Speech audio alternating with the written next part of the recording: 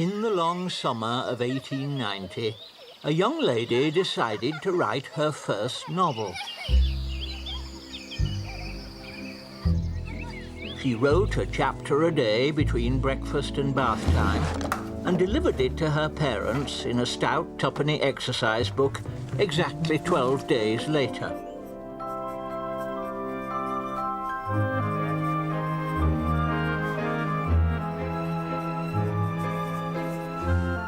The young lady's name was Daisy Ashford, and she wrote it when she was 9 years old.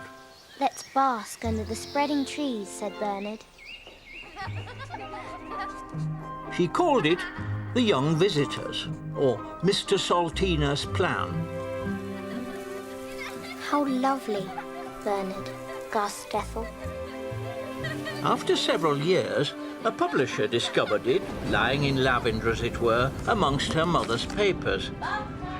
To this day, it has never once been out of print. Mr. Saltina was an elderly man of 42 and was fond of asking people to stay with him. He had black twisty hair with pale blue eyes and wore a topper every day as he thought it more becoming. All changed. Black Ryan. He lived a very lonely life in East Dulwich and wished daily for a lifelong wife and helpmeet, but sadly none was forthcoming. Then, one evening, coming home on the 739, something occurred which changed his whole life beyond his wildest imaginings. Would you listen to me, please? Ethel. Yes. Real gentlemen.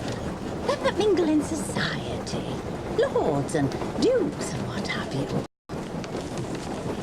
Well, find them then. I'm trying to find them, aren't I? Now then, where is it? Oh, yes. Society page.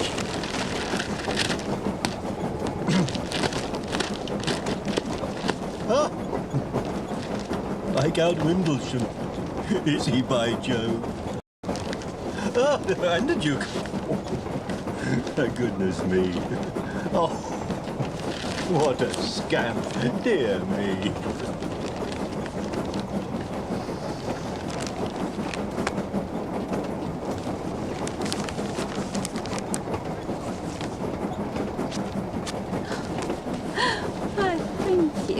My pleasure. Mrs. Angelique Montague. My daughter, Ethel. Alfred Saltina.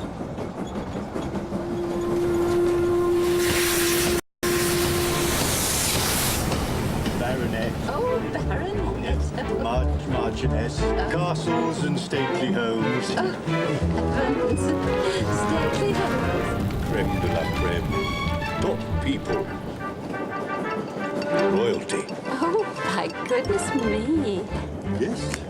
Let me just check my appointments diary. Ah, yes. Quite busy, of course.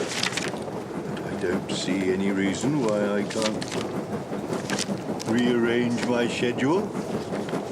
Yes. We moved.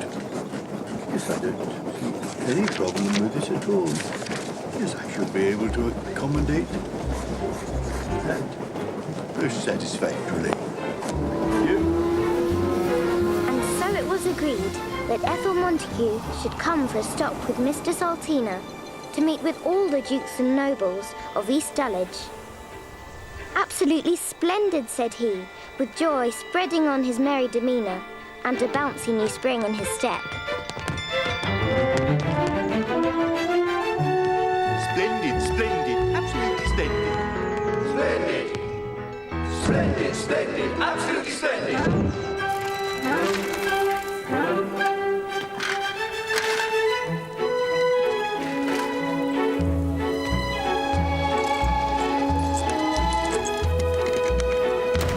Rosalind? Now then, Rosalind, I've invited a young person to stay, so if And when you... would that be, sir? tomorrow, so... Tomorrow?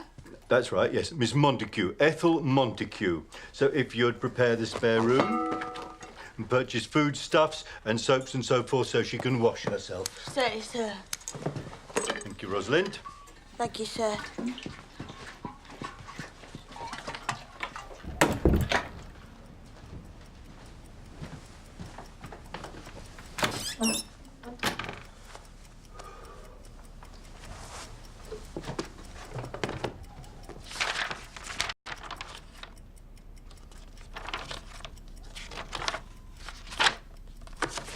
Dear Lord Clark, I thought I would write to you and hope you don't mind. I was wondering if you might recollect me bumping into you at a recent function. Thank you, sir.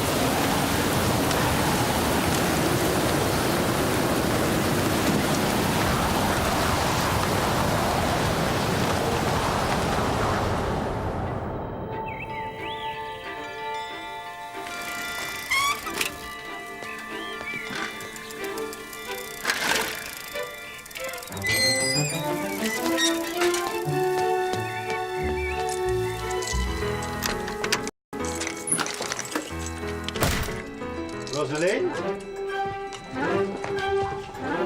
Has anyone? Not as yet, sir. No, sir. Thank you, Rosalind. Thank you, sir.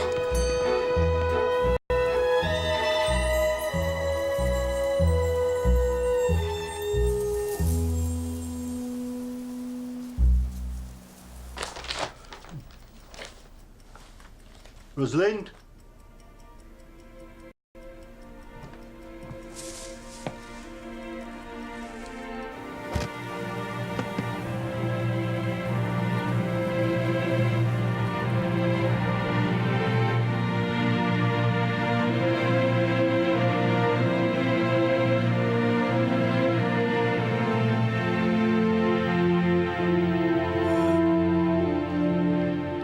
So, shall I What?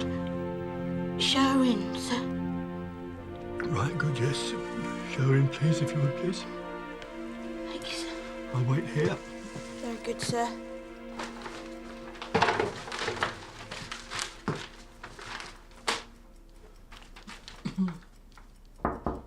And da! Miss Ethel Montague, sir. Ah. Miss Montague, how charming to see you again, if I may say so. Call me Ethel. Do. Ethel, why, thank you, and I hope you will call me Alfred. Or if you prefer, Alf. Very well. Alf. So, may I extend to you a cordial welcome to East Dulwich, and do not hesitate to ask regarding all your requirements. Thank you. I should like to change my frock and put on more rouge upon my face. Not that you need to, in my view.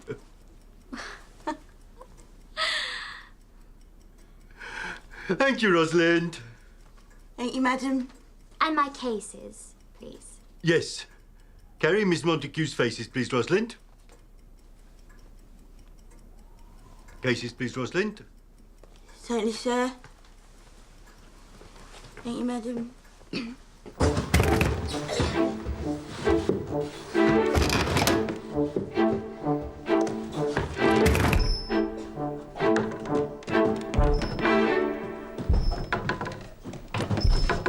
It's quite small, isn't it? When Mr. Saltina had kindly insisted on making Ethel's room more habitable for her luggage, they imbibed together a few drops of sherry wine, after which she slept like a log.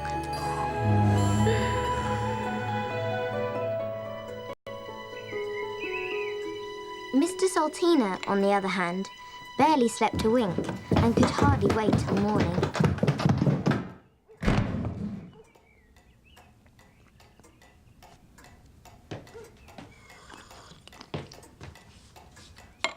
Morning, Ethel. Good morning, Al. Rosalind's laid you an egg, I see.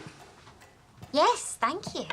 What a lovely frock you are wearing, if I may say so. Unfortunately, it's grown rather short in the sleeves. To me, it is a vision of loveliness. I thank you, kind sir. Anyway. Yes, Ethel? When shall we start mingling with all the gentlemen and society and so forth? Mingling. I thought we might start mingling today. And where would we be mingling? I thought probably here. In East Dulwich? To start with, and then when will we be meeting the dukes and the nobles? the dukes and the As promised. Absolutely. It's all been attended to. Good. Excuse me, sir. Rosalind, how many times do I have to tell you to leave us in peace, please? Very good, sir. Rosalind, Yes, sir. what is that strange-shaped parcel you are holding, might I ask? It just arrived just now, sir. Well, might I see it, please? Very good, sir. Well, well, parcels do turn queer.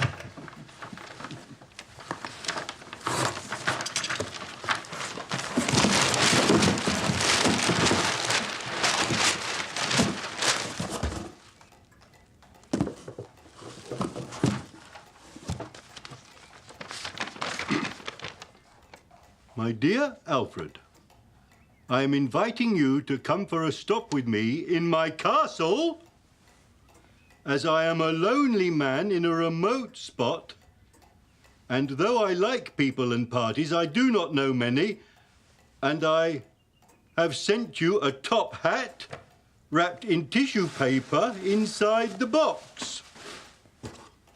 By the way, please bring with you any young lady who may be staying with you, whichever is prettiest in the face.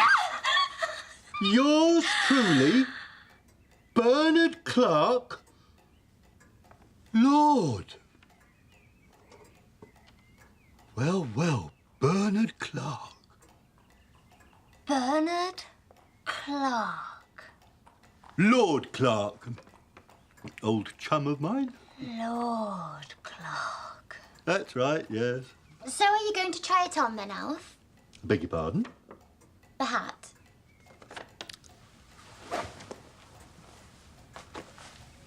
Oh, it suits you, Alf. I fear the ribbon is rather too flighty for my age. Would you like a spell with Bernard, Ethel, in his castle, were I to arrange it? If you wish.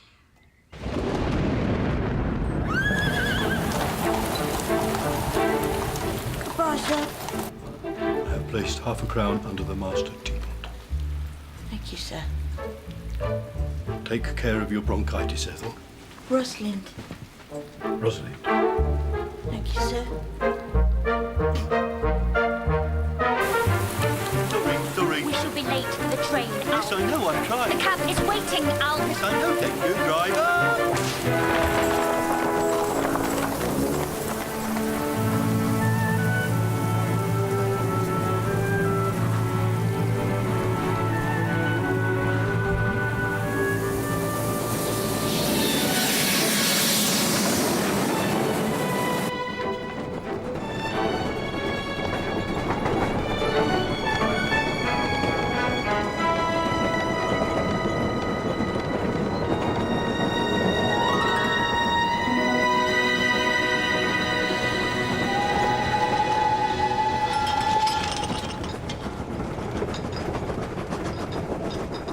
Up through there, Alf?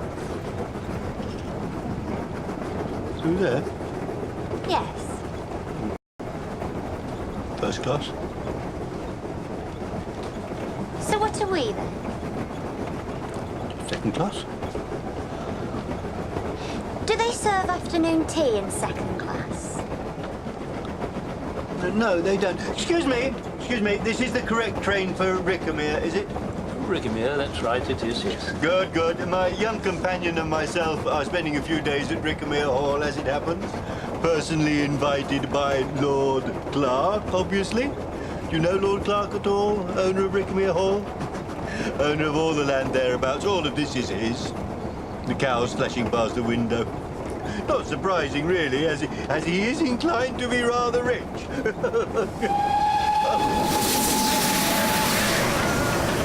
Rickamere Station! All those for Rickamere Hall, please! All those for Rickamere Hall! Welcome to Rickamere. Welcome to Rickamere Hall. You're sure to have a ball.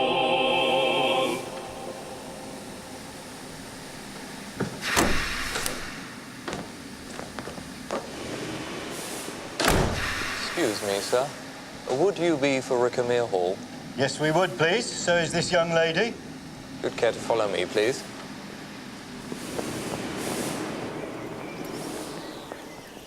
Oh, look at all this olive green plush. It matches the footman.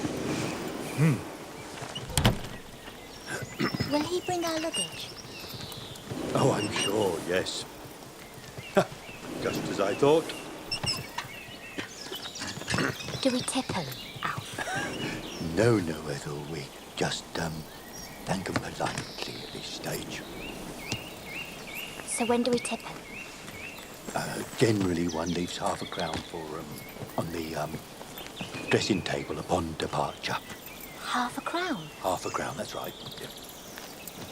So they just find it. They just find it, yes. What if they don't find it? They will find What it. if they don't, though? They'll find it, Ethel. How do they find it? I don't know how they find it, but they do, and if they don't, it can't be helped, can it? Oh, what a rich fur rug. Thank you. Pleasure, ma'am. And who might you be, my man? I'm Horace, sir. Very good. Horace. Good journey, sir. Very comfortable, thank you. Yes, we travelled up, second class. Perfectly adequate in my view. Very wise, sir. Excuse me. Yes, madam? How does Lord Clark travel? Lord Clark, madam. When he travels? First, madam. And so, the young visitors, gloriously attired in their travelling garb, swept across Lord Clark's mighty domain, and soon the mysterious towers of Rickamere Hall heaved into view.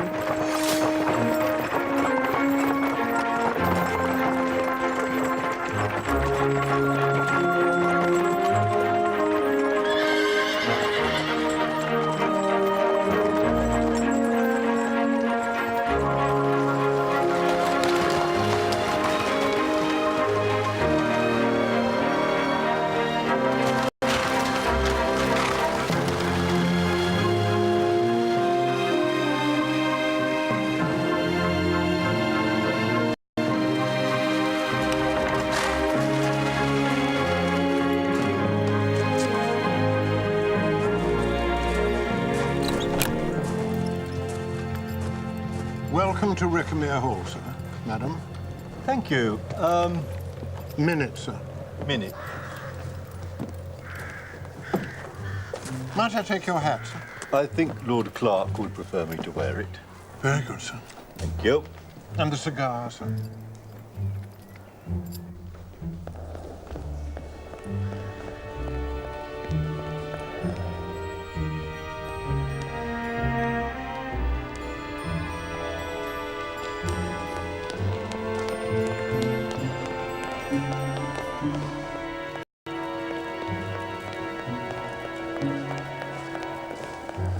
Mr. Alfred Saltina, sir, and a lady.